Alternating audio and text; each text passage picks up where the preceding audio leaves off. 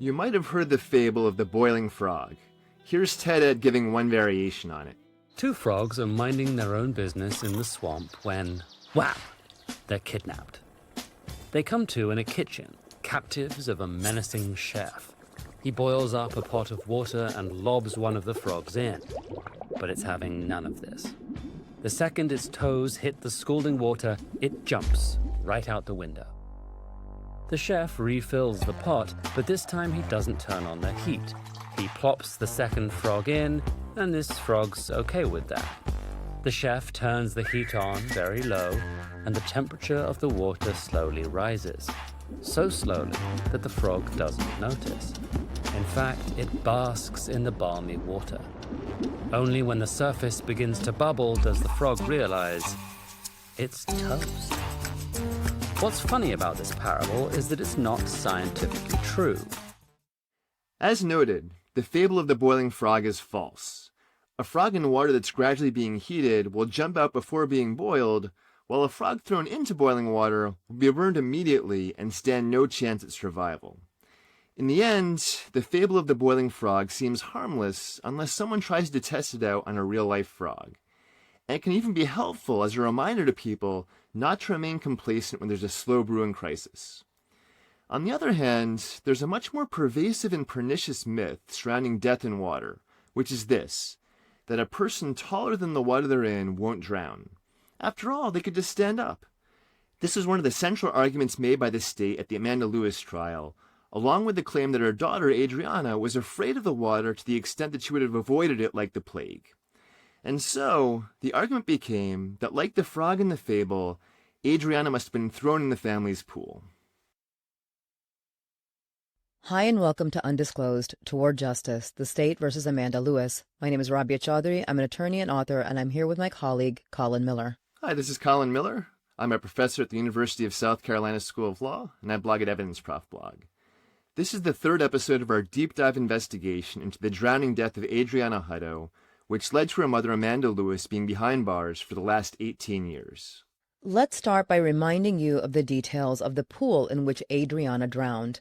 It was a sand and sun easy set 18-foot by 4-foot pool, meaning the above-ground pool had an 18-foot diameter and was 4 feet deep, or, put another way, was 4 feet high. The pool was blue, round, inflated, and soft-sided. So you might wonder, what safety precautions did Amanda and her boyfriend Alan take to make sure that 7-year-old Adrianna and 6-year-old AJ wouldn't fall and drown in the pool? According to Amanda, the first thing was rule number 1, keeping the ladder locked up in the shed. You normally keep the ladder locked up? Mm-hmm. And the ladder's locked up now? Yes.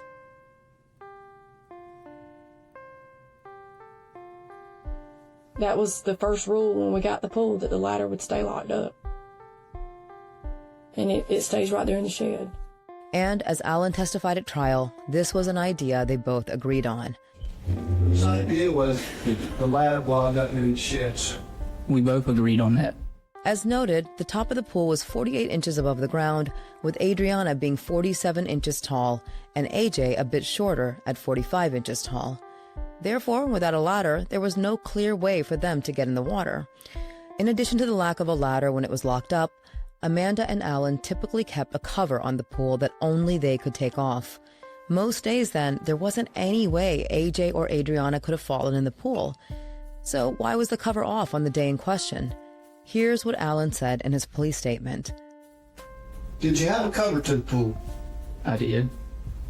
But when did you take the cover off? How come the cover wasn't on that day? Well, I was putting the chemical in it. It was just a regular old rubber cover. I put the chemical in it one time before, and it started eating the oil off of the cover. And it was getting in the water. You could tell the oil residue was coming off the cover. So a few days before the incident, when I put the chlorine and the tablets in, I left the cover off.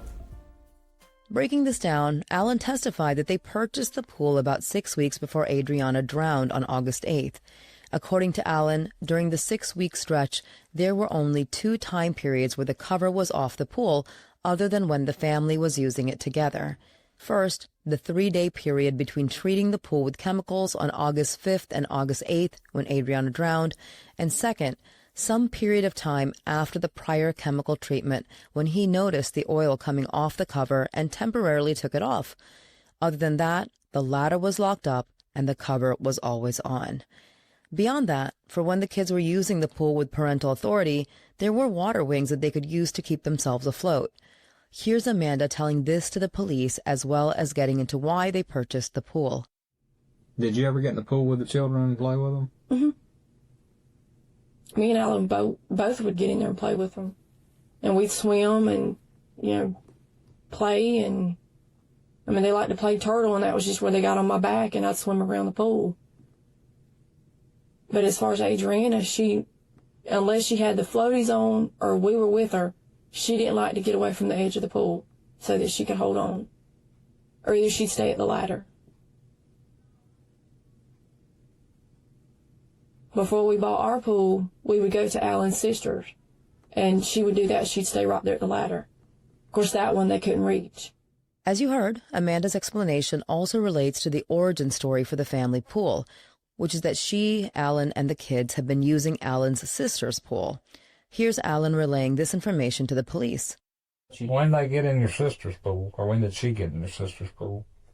It's another one of the questions I might tell you. It's been a week or so. It's been a while. So I went and bought my own, so we wouldn't have to be going to my sister. So it's been probably over a month or so, however long I've had mine. Yeah. But we were both in there, and they both had floaties on, her and AJ both. And Amanda was in there with both of them. Was there anybody playing with them? We both were. Flinging them? Nothing violent, but Nothing violent, just playing with them in the water. Playing. So, what were the competing narratives presented at trial? According to the defense, Amanda was trying to teach Adrianna to swim, with the hope being that the pool purchase would allow Adrianna to become a stronger swimmer. And while Adrianna was afraid of going underwater, she enjoyed spending time in pools and would wade into the water at Waterworld and when they went to the creek. The prosecution countered that Adrianna was deathly afraid of the water and never would have willingly walked over to the pool by herself. Here's Prosecutor Larry Bassford laying out some of this argument in closing. Now, they didn't get that pool for Adrianna. If you'll recall, Adrianna was afraid of the water by everybody's account. By her teacher, by her grandparents, by her great-aunt, by the defendant, by Miss Summers, Gidget Summers. Well, everybody said she was afraid of the water except Al. So that pool wasn't bought for Adrianna. So let's go through what each of these witnesses said in the stand. First, we'll start with Gidget Sanders, who testified about a recent occasion on which she saw Adrianna in Alan's sister's pool. For reference, Gidget's husband is Amanda's cousin. At trial, here's what Gidget said about seeing Adrianna in Alan's sister's pool. Well, she swam the whole time we were there. I say swam. She was in the water the whole time we were there. She never moved away from the side of the pool. She always either held on to the side of the pool or held on to the ladder. She would play with her brother some and my son some, but still she would have one hand holding on to the side of the pool. There was one time that my son and her brother AJ kept going underwater and swimming, and you could tell that she wanted to try to do what they were doing, but at the same time she was scared to let go. And so she got my attention and her mother's attention and was going to go underwater as the two boys were doing. And when she did, she was holding on to the ladder, and she said, "Mom and Aunt Gidget, look." And so we were talking, and we looked over there at her, and she went underwater, but she never put her head completely underwater. She would only go about halfway, and her mouth would stay wide open. And when she'd go under, she'd come back up like she almost couldn't breathe, and she wasn't even underwater half a second. It was just under and up, and she was hassling and just kind of, like she was gasping for air, and you could tell she wasn't underwater long enough to, Did she just try that one time, or did she repeat the effort over and over again? She did do that a couple of times. And every time she put her head under the water, would her mouth be open? Yes, sir. Okay, so she never got comfortable putting her head in the water. No, sir. Now, as you might recall, Larry Bassford lumped Gidget Sanders in with the other witnesses saying Adrianna was deathly afraid of the water. But when he asked her about this at trial, she was quite clear that this was not the case. Now, you will agree with me that from the way that she behaved around the water on that day when you were there, she being Adrianna, she was afraid of the water, wasn't she? Can you rephrase that? Afraid to go underwater or afraid to be in the water? Well, I wasn't there, ma'am. Was she afraid of the water, or was she afraid to go under the water? You tell us. She was not afraid of the water, no. Okay. But she was afraid to go under the water. Yes. All right. This testimony is entirely consistent with Amanda's own accounting. Specifically, she testified that she was teaching Adrianna to swim, with the primary issue being that Adrianna didn't like her head going underwater. And were you trying to teach her to swim? We were trying to teach her to swim, yes, sir. How far or how advanced along was she in terms of trying to learn how to swim? She really wasn't that advanced. She had learned how to paddle. But how about holding her head underwater? She did not like her head underwater. Okay. And during cross-examination, she gave Larry Bassford much the same response as Gidget Sanders. Adrianna was afraid of the water, right? She was afraid of going under the water. Adrianna didn't know how to swim, did she? Not very well, no, sir.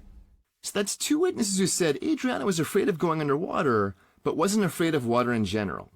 And as Bassford himself acknowledged, Amanda's boyfriend Alan specifically said that Adrianna was not afraid of the water. Now, let's look next at the other witnesses cited by Bassford. We can start with two witnesses who testified in the sole subject of Adrianna not liking baths. First, we have Glinda Sue Grantham, Adrianna's great aunt. At trial, she testified as follows. Adrianna, how was she around water? She was terrified of water. Why do you say that, Miss Grantham? You couldn't put her in a bathtub with water in it. She'd get hysterical. You could give her a shower, but you didn't stop her in the tub and try to give her a tub bath. I mean, the child would be hysterical. Second, we have Chuck Burns, the husband of Adrianna's grandmother. Was Adrianna afraid of water? Absolutely. You knew that? Yes. Okay. Have you seen her around water before, sir? Just when she'd go take a bath, Brenda would give her a bath when she was at our house.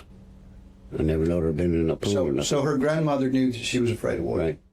Now, understandably, on cross-examination, defense counsel Walter Smith followed up on this thread by confirming with Chuck that his opinion was solely based upon Adrianna not liking baths.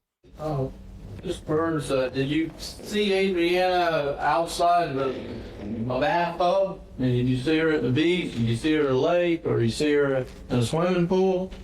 Never. Never. So, from what you saw, she didn't like to take a bath. Well, I mean, I periodically I would run her water, for Brenda, and then I'd give AJ a bath, and then she'd go in there to give Adrianna a bath. Right. I never was in there when she gave her a bath. Okay, well, I'm just trying to pin down that your observations of Adrianna really are strictly tied to taking baths, right? And apparently she didn't like to take a bath. Is that accurate? Yeah, she'd just say there's too much water in her usually. Okay. She wouldn't get in. So Glinda Sue Grantham and Chuck Burns both testified that Adrianna didn't like baths and was terrified of taking them. Beyond that, your mileage may vary in terms of how she felt about other types of water. Next, we have Adrianna's teacher, Robin Mercer, who had taught her in the most recent school year. She had no first-hand information from Adrianna herself, but had heard something from other students about her fear of swimming. Did you know that Adrianna was afraid of water, like going swimming? She never told me that, but she did tell some other students that. Okay. That she was afraid of the water? Yes. It's tough to say much from what Mercer overheard. Did Adrianna say she was scared of swimming, afraid of the water, or both? But sure, this certainly seems to show some generalized fear of water. That then leaves us with Brenda Burns, Adrianna's grandmother. Like her husband Chuck, she testified that Adrianna did not like baths. How did Adrianna like the water? She didn't like the water. Did she have a fear of water? Yes. Can you explain what you mean when you say she had a fear of water? Just when you would give her a bath, she didn't want much water in the tub, and she didn't want you washing her hair. She didn't want her head under the water. I mean, just to wash her hair. She just cried. But Brenda was able to go beyond baths and testify about how Adrianna behaved at the beach. Did you ever have an opportunity to see her around water other than just bath water? And I'm talking about either around a swimming pool or a lake or the beach or something like that, man. Yes, sir. We would take them to the beach. And she would get right at the edge, but she wouldn't get in the water. She would run back. She didn't like getting in the water even on those occasions? No, sir. So that takes us through the witnesses whom Prosecutor Larry Bassford cited in closing. But there was another witness that Bassford didn't reference, Alan Jr. As you'll recall from last episode, he was Alan Carnley's 14-year-old son who split time between Alan's trailer and his mother's home. And according to Alan Jr., Adrianna liked playing in her aunt's pool and also in the creek, as well as when they went to Waterworld. Now, you said that Adrianna liked playing in the water. Yes, sir. How do you know that? Because she would play in the creek, and then we went to Waterworld, and she was playing in the water, and then at Aunt Penny's pool, she'd play in the water. Okay. So she liked to get up to the water and splash in it and play in it? Yes, sir. Okay. Now, in case you're wondering what Waterworld is, we're not talking about the Kevin Costner film from the 90s, but instead a theme park in nearby Dothan. Here's part of a promo for it. Enjoy Waterworld Water Park, Dothan's most exciting beach. Get more splash at Waterworld Water Park. Built in 1980 by the city of Dothan, Waterworld is situated on 12 beautiful acres and located in one of the premier athletic and recreational parks in the state. Waterworld, it's really, really fun. A tipping, diving, raging, zooming, splashing, and swimming world of fun. So yeah, it certainly seems like Adrianna couldn't have been that scared of water if she had so much fun at Waterworld. But what about the pool at the trailer? How did Adrianna feel about it? This ended up being a critical point of contention at trial. What did Adrianna think about the pool? Do you know? I don't know. All right. Do you know what she thought about water? She liked playing in the water. Okay. But did you ever see her in the pool? No, sir. All right. Mr. Carnley, you and I spoke briefly before we got in court this morning. A few days after this incident, I think on August the 10th of '07, you remember talking to Sheriff Lee and some other people from the sheriff's office about this incident? Yes, sir. Do you remember them asking you about if Adrianna liked the pool or not? No, sir. Okay. You don't remember that? Do you remember telling them that she couldn't stand it? You recall giving that answer to the Sheriff Lee? Yes, sir. You do remember saying that? Yeah. Okay. This was a pretty big blow for the defense.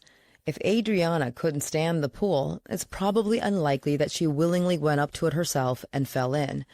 And so the jurors were likely left thinking that an accidental drowning wasn't what happened. But what did Alan Jr. actually say in the statement referenced by Assistant State's Attorney Brandon Young in this line of questioning? While this wasn't played at trial, let's take a listen. How did she like the swimming pool? She couldn't swim. She didn't like it. She didn't? You ever seen her mess around in it when there weren't nobody around? Mess around with it, go up to it, or anything like that? Well, Daddy told me that one time she had the wagon next to it and trying to fill up a bucket of water. And he told her to leave the pool on and put the wagon in the backyard in the fence. Your daddy seen her trying to do that? When was that? Do you remember? He didn't tell me when it was. And bam, this recorded recollection is absolutely huge. It eliminates this entire line of argument by the state at trial. It's still unclear how afraid Adrianna was of the water, but here's a clear story of exactly how Adrianna could have ended up in the pool. getting in the wagon and trying to scoop out water. And recall that other than when the family was getting in together, the cover was only off the pool after the 2 most recent chemical cleanings. This means that the memory that Alan Jr. relayed likely happened the only other chance Adrianna would have had to do something similar. This takes me back to my theory from last episode. In the incident that Alan Jr. mentioned, Adrianna got the wagon from the wooded area by the fence, pulled it over to the pool, got in the wagon, and tried to scoop out water and presumably bugs. Then, on the day of the drowning, just after neighbor Earl Wells drove by, I think Adrianna went back to the same wooded area by the fence and saw both the bike and the wagon. Thinking she might need some stability and support, she wheeled over both the bike and the wagon. This way she could stand in the wagon and have one hand in the handlebar of the bike while she scooped out bugs and water with her other hand. But now, trying to lean over further to scoop water, and without Alan Sr. telling her to stop, she fell in. And recall, this is exactly what first responder Charles Corcoran thought had happened when he first arrived on the scene. In the photos of the pool, you see a wagon and you see a bicycle. It was my assumption at that point that the child was up on either of those 2 toys. That type of a pool has no resistance when you put weight on it. It's water supported. My assumption was she went over the side of the pool, went down, hit her head, and came back up. It also lines up with what first responder Gary Jacobs said about the wagon and the bike being side by side next to the pool when he arrived. Can you tell me what that is? That's the pool. Okay. But I think the bicycle will stand up beside the pool. I'm not sure, but I think it's stand up beside the pool, this side of the wagon. When you arrived there? Yes, sir. Okay. I recently relayed to Amanda what Alan Jr. told the police, and she was shocked. And I don't know whether you know this or if it's been brought to your attention over the years or not. I listened to Alan Michael, the son, his police interview. And in the police interview, he mentions some point before the day in question, he says his dad told him he saw Adrianna pull the wagon up to the pool and she got in it and was scooping out water and maybe bugs, and Alan had to tell her, don't do that, move the wagon away from the pool. Were you ever aware that he had made this statement during his police statement, or did Alan ever tell you about this happening? No.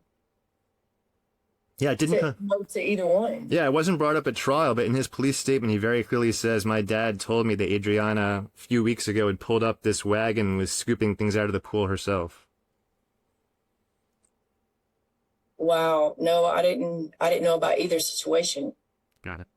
This was so shocking to Amanda, because while Alan Sr. had never told her about Adrianna and the wagon, Amanda's own theory has always been that Adrianna fell into the pool from the wagon. Here's what she said in her very first police interview. Do you know how she got in the water? I mean, do you know? No, the only thing I can think of was she was standing on the wagon, reaching over.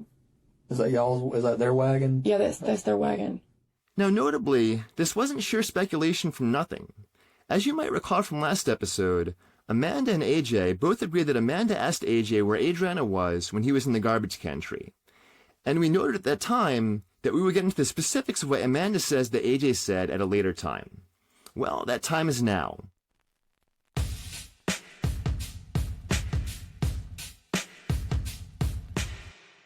Hey, Undisclosed listeners, we're going to take a quick ad break, and I just want to explain something to you about why it's so important for you guys to support our sponsors.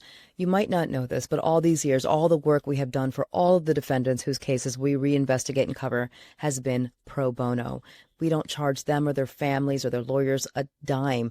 And the only way we can afford to do this, which this is work that would ordinarily cost a defendant hundreds of thousands of dollars, the only way we can afford to do this is because of our sponsors. So we are so grateful to our sponsors, and we are grateful to all of you. If you want to know what you can do to help support our work, support our sponsors.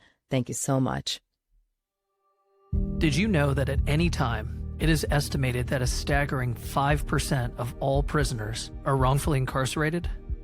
I'm Michael Samanchik, Executive Director of the Innocence Center and host of the podcast For the Innocent.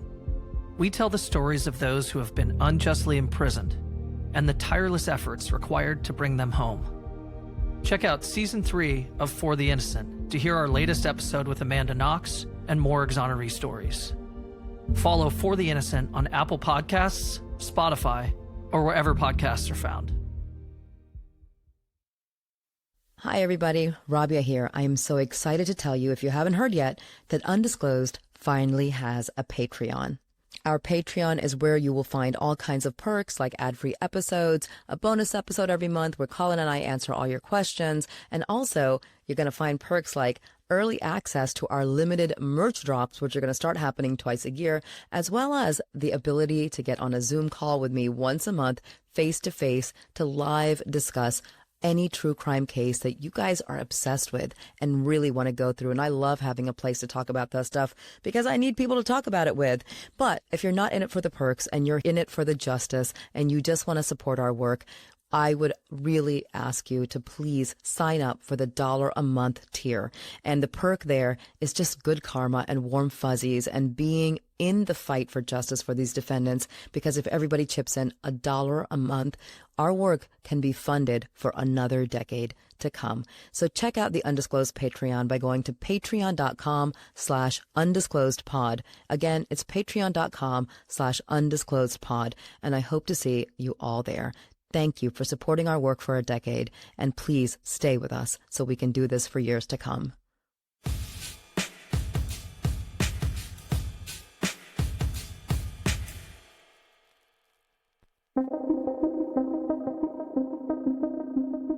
Here's specifically what Amanda said in her first police interview. But then when I asked him what she was doing, he said she was cleaning the bugs out of the pool so we could go swimming. But Adrianna, she had ADHD and she was on Falkland.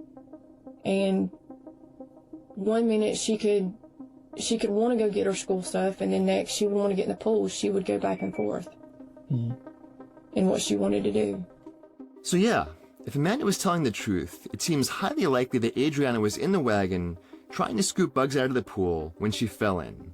Because as Charles Corcoran said, these soft-sided pools provide no resistance, meaning that someone leaning against one of them at a certain height would fall in. Now, understandably, prosecutor Larry Bassford tried to use what Amanda said against her at trial. Here's the pertinent portion of cross-examination. And that is when AJ told you his sister was over there by the pool. Yes, sir. Getting bugs out of the pool. Yes, sir. According to your story, right? Yes, sir. So instead of immediately running out there to your daughter, you pick up the phone and call your boyfriend. Am I getting the story right now? Yes, sir. Even though you know your daughter can't swim and she's not supposed to be around the pool. Yes, sir. On the one hand, this raises some questions and some might say suspicions. On the other hand, keep in mind what we know now versus what Amanda knew at the time. The ladder to get into the pool was locked in the shed. Alan Sr. hadn't told Amanda about Adrianna previously pulling the wagon to the pool, so Amanda had no reason to know Adrianna was off the ground. If Amanda is forming a mental picture in her head, the side of the pool is slightly above Adrianna's head, and she's on the ground, reaching her arm above her head, seeing what she could scoop out. And while the pool could buckle and Adrianna would fall in if she were up in the wagon, this wouldn't happen if she were down on the ground. Plus, Amanda sent AJ to get Adrianna rather than simply doing nothing and going back inside. All of which goes to say that you might find it normal, or strange, or somewhere in between, that Amanda responded the way she did to what she says AJ told her. But, whatever you think, let's contrast Amanda's claim with what the state said at trial. As we noted last episode, prosecutor Larry Bassford claimed in closing that Amanda threw Adrianna in the pool, dunked her, went inside the trailer, created a cover story, and then went to the front door to ask AJ where Adrianna was. So how does that square with the wagon and bike being right next to the pool when the first responders arrived? Again, recall that Scott Kirkland bush-hogged by the trailer at 1 p.m. and he saw the wagon and the bike in the wooded area over 100 feet from the pool. And also recall that Earl Wells drove by the trailer mere minutes before Adrianna drowned, and he didn't see either the wagon or bike by the pool. If Adrianna didn't wheel them over to the pool herself, how and why did they get there? Amanda is about 5'9" and wouldn't have needed to step onto the bike or wagon to throw Adrianna in the pool and drown her. And in any event, why would Amanda drag both the bike and the wagon to the pool? Adrianna using the bike for balance as she stands in the wagon makes some sense as a kind of kid logic. Amanda pulling both the bike and the wagon over does not. Additionally, AJ never said that he rolled the bike or the wagon to the pool. But AJ did say something about the wagon and Adrianna getting bugs out of the pool. It's not a part of AJ's core story, and it would be dropped by the prosecution mid-trial, but it is something that he said in his police interrogation. To get there, let's again restate AJ's core story. In this story, Adrianna wakes Amanda up 3 times when she's trying to sleep by doing things such as spraying and slamming cabinet doors, with these incidents being the trigger that leads to Amanda drowning Adrianna. I held the cabinet open and shut. She slammed the cabinet door. Who did? Adrianna. Where was your mama at? In the bedroom. In hers. Not Adrianna, it was Mama's.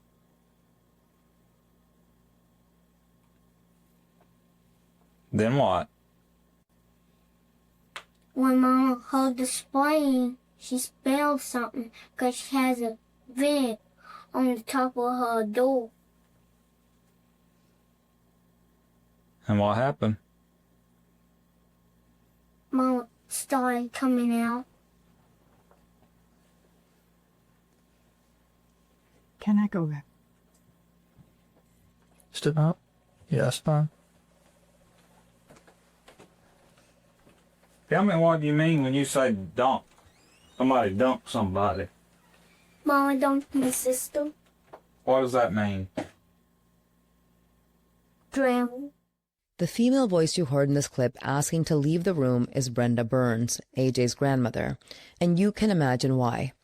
AJ is sharing his core story, that his mom, Brenda's daughter, drowned his sister because she was making noise while Amanda tried to sleep. Here's what Brenda had to say when N. Lee Hunt talked to her for the In Esto podcast. I mean, that must have been difficult for you. It was. Matter of fact, I got up and left before it was over with because I just couldn't listen to it anymore. Why did you get up and leave? Just some of the things that AJ was saying, you know, like Amanda holding Adrianna under the water. And did you believe what he was saying? No. But while AJ's core story that his mom drowned his sister for waking her up was disturbing, he also told a separate story. In this story, Amanda told Adrianna to scoop bugs out of the pool so they could swim, and then threw her in the pool when she refused. The first problem with this separate story is that everyone says Adrianna and the kids decided to go school shopping instead of swimming. Amanda said this, so did Alan Jr., and as we noted last episode, AJ testified to it at trial. Were y'all supposed to go to town that day to get some supplies, some school supplies? Yes, sir. So why would Amanda want Adrianna to scoop bugs out of the pool if they were going to go school shopping instead of swimming? The second problem with this other story is that it's not entirely clear when this supposedly happened or how it fits with AJ's other story about Amanda drowning Adrianna because she woke her up 3 times. To start, here's one version of the bug scooping story that AJ told the cops. Did anybody go swimming today?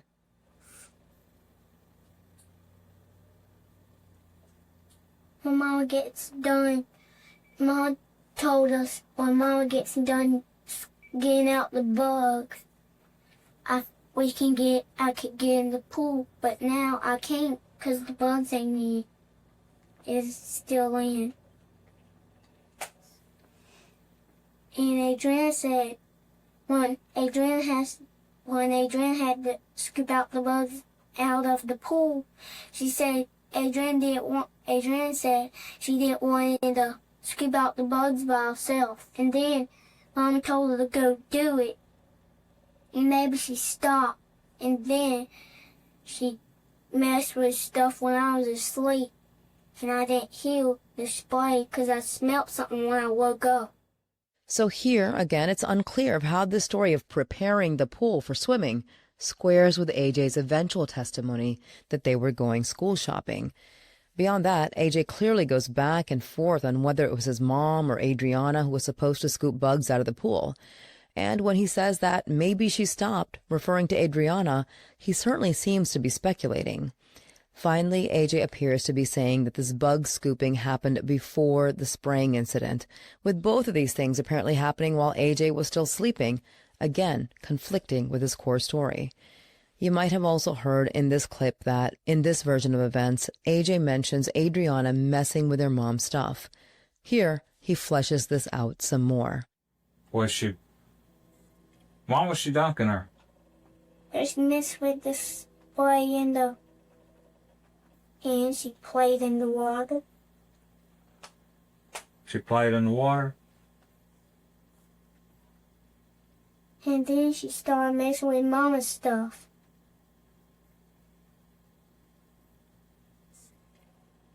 Her thing that she brushes her foot with, and her hair spray and all her in a brush. Now, recall that AJ's core story is that Adrianna woke up her mom by messing with spray, watching TV, and slamming cabinets. That is the narrative at trial. But here, after the spraying incident, Adrianna messes with her mom's brush, foot spa, and hairspray.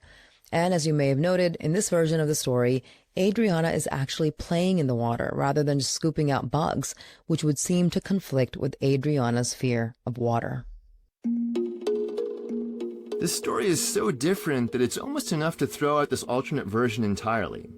But there are two other aspects we must mention. The first is that AJ does say his mom put the wagon by the pool so that Adrianna could scoop out bugs.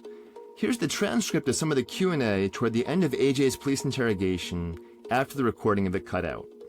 Officer Hamilton, who put the wagon up there by the pool? AJ: Mama, my mama. Officer Hamilton: why? AJ: so Adrianna can scoop out the bugs. Officer Hamilton: when did she put the wagon up there? AJ: when gone, have to scoop up the bugs, and that's the only thing my mama had to put the wagon up there. The wagon was mine. Now what's interesting here is that AJ says the wagon was the only thing that his mom put next to the pool for Adrianna to scoop out bugs. Because again, we know the bike was standing right next to it. What's also interesting is that we know Scott Kirkland saw both the bike and the wagon in the wooded area over 100 feet from the pool when he bush-hogged at 1 p.m. And so, in these versions of the story in which AJ said that Amanda had Adrianna scoop bugs before she slammed the cabinet doors and sprayed the spray, this wouldn't work, because the wagon should still be in the wooded area. But this takes us to the other aspect of AJ's interrogation that we must mention. And that's the parts in his interrogation where AJ places the bug scooping story later in the day. Then what happened? When Mom got up, Adrian was still spraying the spray. And then Mama told her to go in the room. Told who to go in the room? Adriana. Then what? When Mama woke up again, she started to put Adrian. She told Adrian to scoop out the bugs with the Mama. And then Mama went to check the mail. And then Adrian said she didn't want her to do it by herself. That's when Mama dunked her. Tell me about that. I can't see it because it was going to be dangerous. So Michael took me in the house when Adriana was dead on the ground because Mom pulled her out the pool. So issue one with this is that AJ again says he didn't see their mom dunking Adrianna. And the other issue is timing. On the one hand, AJ seems to say their mom told Adrianna to scoop bugs right after Adrianna had woken her up between 12:30 and 1 p.m. On the other hand, AJ seems to place the bug scooping just before Alan Jr. took him inside, which was after the 911 call later in the day at about 2:38 p.m. So how did Prosecutor Larry Bassford try to handle this at trial? Here's what he said in his opening statement. They're out there in the yard playing. The defendant comes out in the yard sometime after 1 o'clock. She tells Adrianna that she needs to clean the pool, to clean the bugs out of the pool. So you hear what Larry Bassford was trying to do here. He knew that Scott Kirkland would testify that he saw the wagon and bike by the wooded area over 100 feet from the pool when he bush hogged at 1 p.m. Therefore, the bike and wagon couldn't have been by the pool at that point. And even though Scott Kirkland saw no kids playing outside when he bush hogged, Bassford needed to have AJ playing outside at 1, because Bassford needed to prove that AJ had the right day. AJ anchored his memory of the day in question to the men cutting trees. That was the day before, but Bassford wanted to claim that AJ was saying he saw the bush hogging when he was playing outside on the day that Adrianna drowned. And so that's what Bassford was doing here, alleging that AJ and Adrianna were playing in the front yard at 1 p.m., with Amanda coming out at some point after Scott Kirkland had left, arguing with Adrianna about scooping bugs, pulling the wagon up to the pool, and dunking Adrianna a first time when she wouldn't comply, before sending Adrianna to the park. Of course, we now know that neighbor Earl Wells said the bike and the wagon were still not next to the pool at some point between 2:23 and 2:28 p.m., but he didn't testify at trial. On the other hand, AJ did testify at trial, but not the way that Bassford wanted.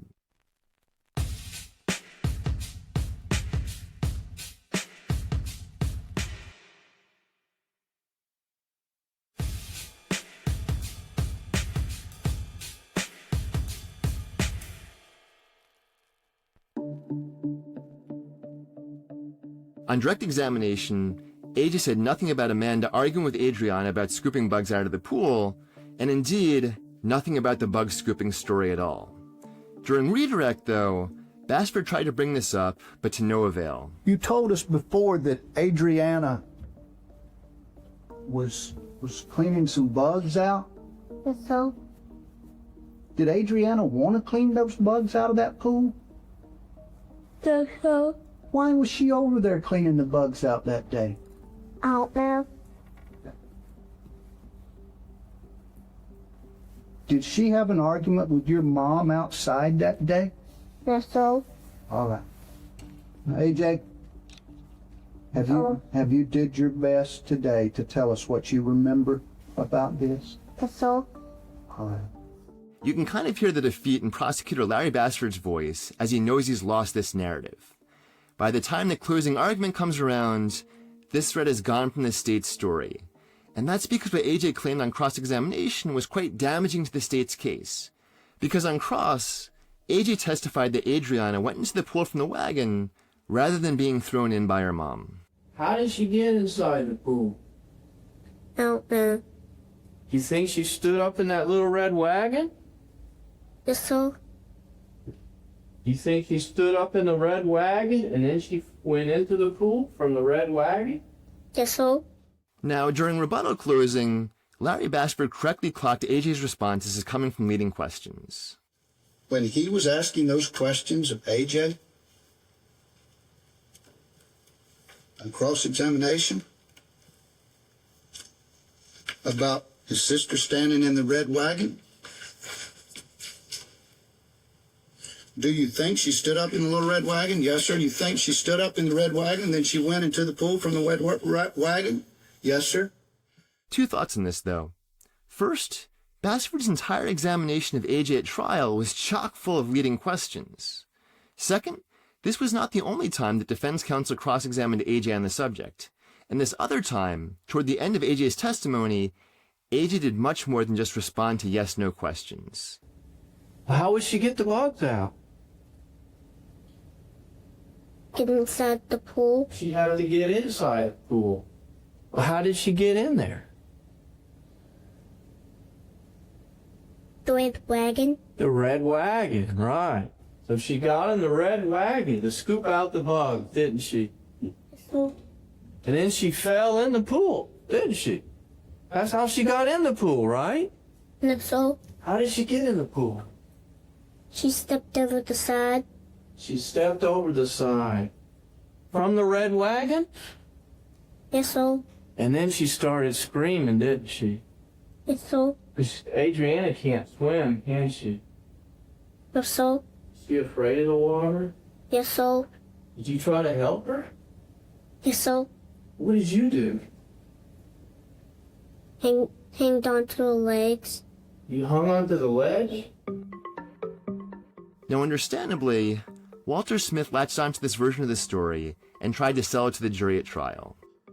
That's the final version of A.J. Hutto's account of what happened in his backyard that day. That is the version that he gave you in this courtroom, and that is the version that fits the physical evidence.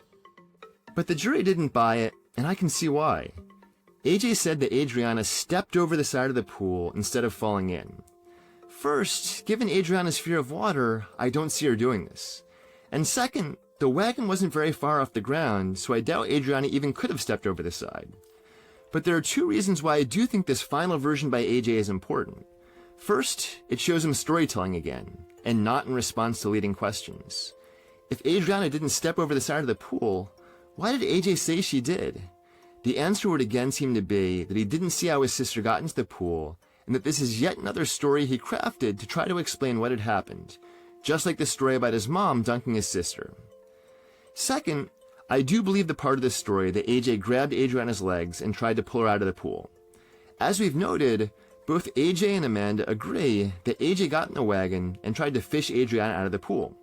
And if AJ grabbed Adrianna's legs to try to help her, she couldn't stand up in the pool. And if she's leaning into the pool and he's hanging on to her legs, she can't stand up in the pool. He's got hold of her legs while her face is in the water. This takes us to a key part of the prosecution's case and the pervasive and pernicious myth we noted at the start of the episode. At trial, Prosecutor Larry Bassford went to great lengths to try to claim that there's no way that Adrianna could have accidentally drowned in this pool because she was taller than the water in it. Now, before getting into that myth, we already have two theories for how this could have happened. First, as just noted, even if Adrianna otherwise could have stood up to stop from drowning, she couldn't have done so if AJ were grabbing her legs in an effort to try to save her. Second, as you recall from episode 1, and as we'll describe in detail in a future episode, Adrianna had a bruise on her head when the first responders arrived. This led to Charles Corkin concluding that Adrianna had fallen in the water from her wagon and hit her head. And if this knocked her out or made Adrianna disoriented, it's easy to see her drowning despite being tall enough to stand.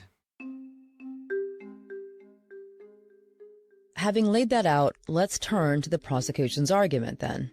It started with EMT Greg Barton, who testified as follows at trial. Did you make any other observations about the area that day, sir, while you were there, that you think supported us?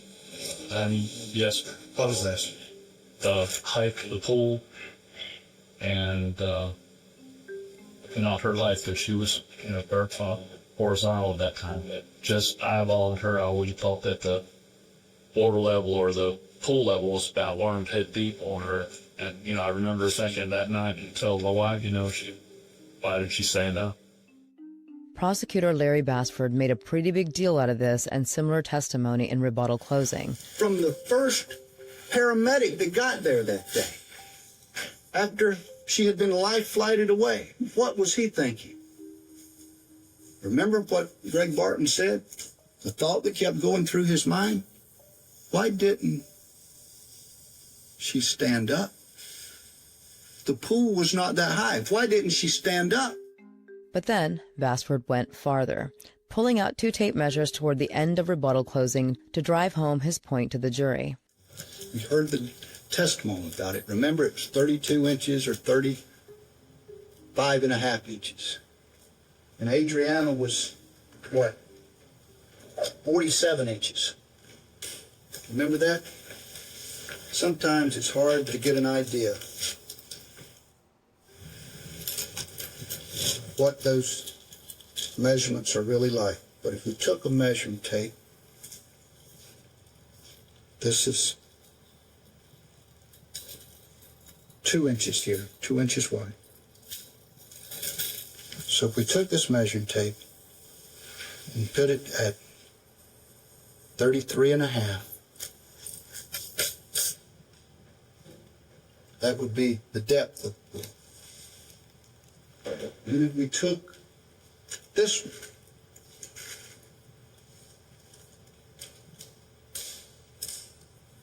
this is 3 inches wide.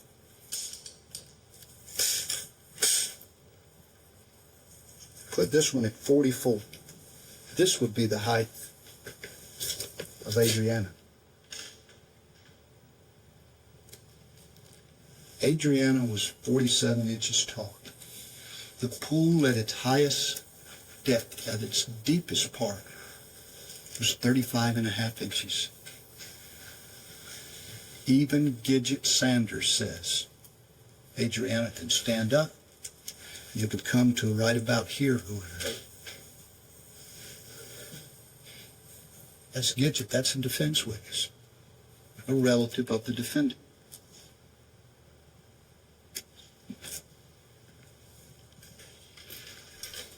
Can you see the depth of the pool here? Just so you get an idea of how high, how tall Adrianna is. Look at that. Look at that. I would submit to you that no matter how frightened that little girl might have been when she fell in the pool, all she had to do was like she had done on other occasions when she went underwater and got a mouthful of water. Stand up, cough, and grab the side of the pool. So, is it at all strange that Adrianna would have drowned in about 3 feet of water when she was 47 inches tall? Let's start with the stats. First, a full 25% of drownings nationwide happen in water that is less than 3 feet deep, with that percentage being much higher for child drownings. Second, Florida has the highest accidental drowning death rate in the country per capita for children ages 0 to 9. Indeed, accidental drowning is the leading cause of death in Florida for children between ages of 1 and 4. And while Adrianna was older, what she shared with these younger children is not knowing how to swim. And third, almost 90% of accidental drownings of children occur with at least one parent present.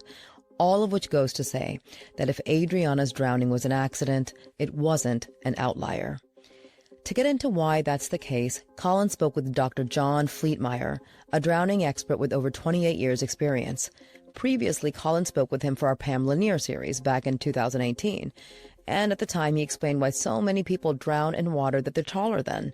Namely, a person, especially one who can't swim, unexpectedly falls in water, freaks out, and simply never gets vertical. A lot of, in my early life, I taught police officers in first responders water rescue.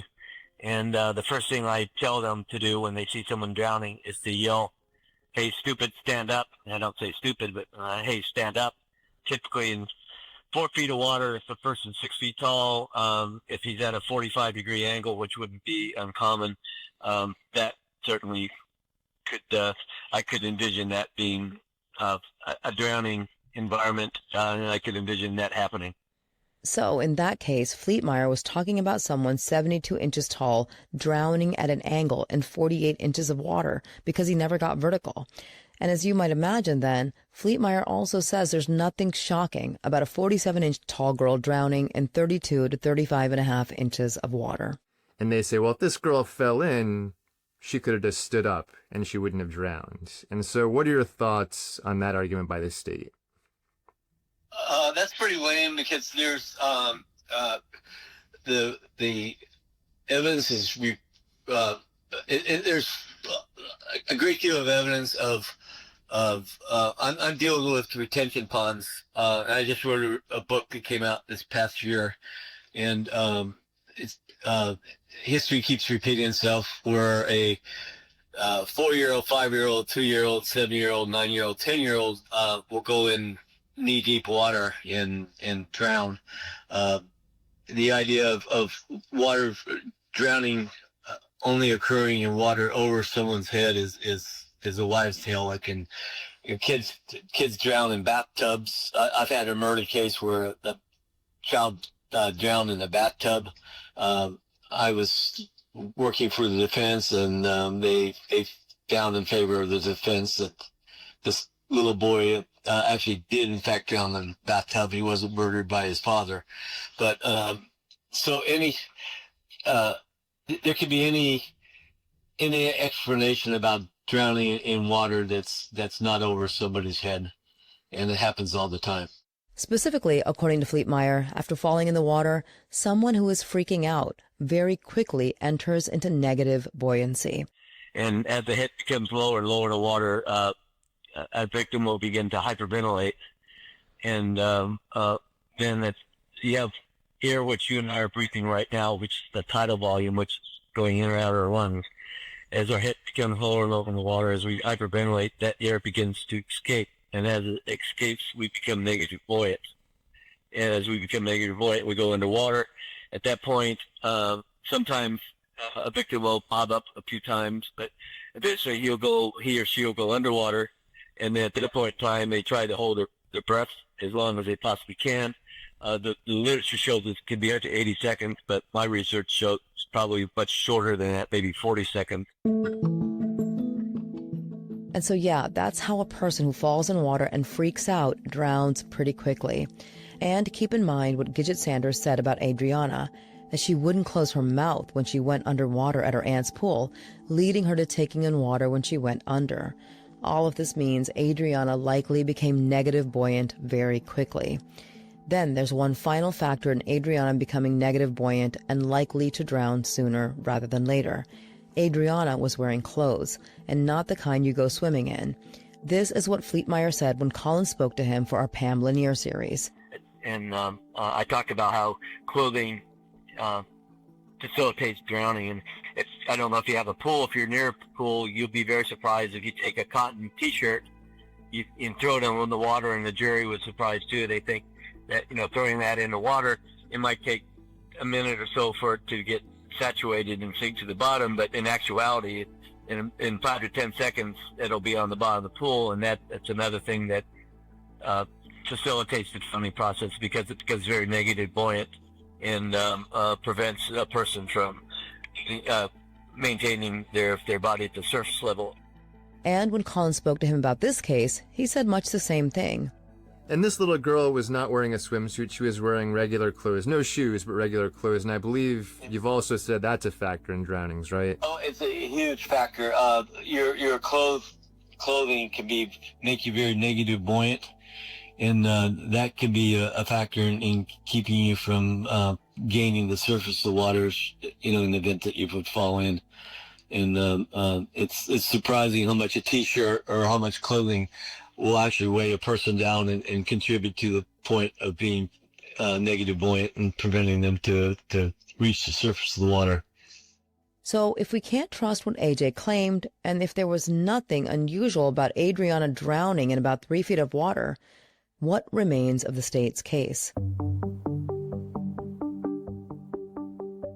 There's a theory that the state used to tie its case together. It relates to the bruising pattern on Adrianna's face. But it didn't come from a medical examiner, but instead someone with no medical training or even a college degree. Next time on Undisclosed.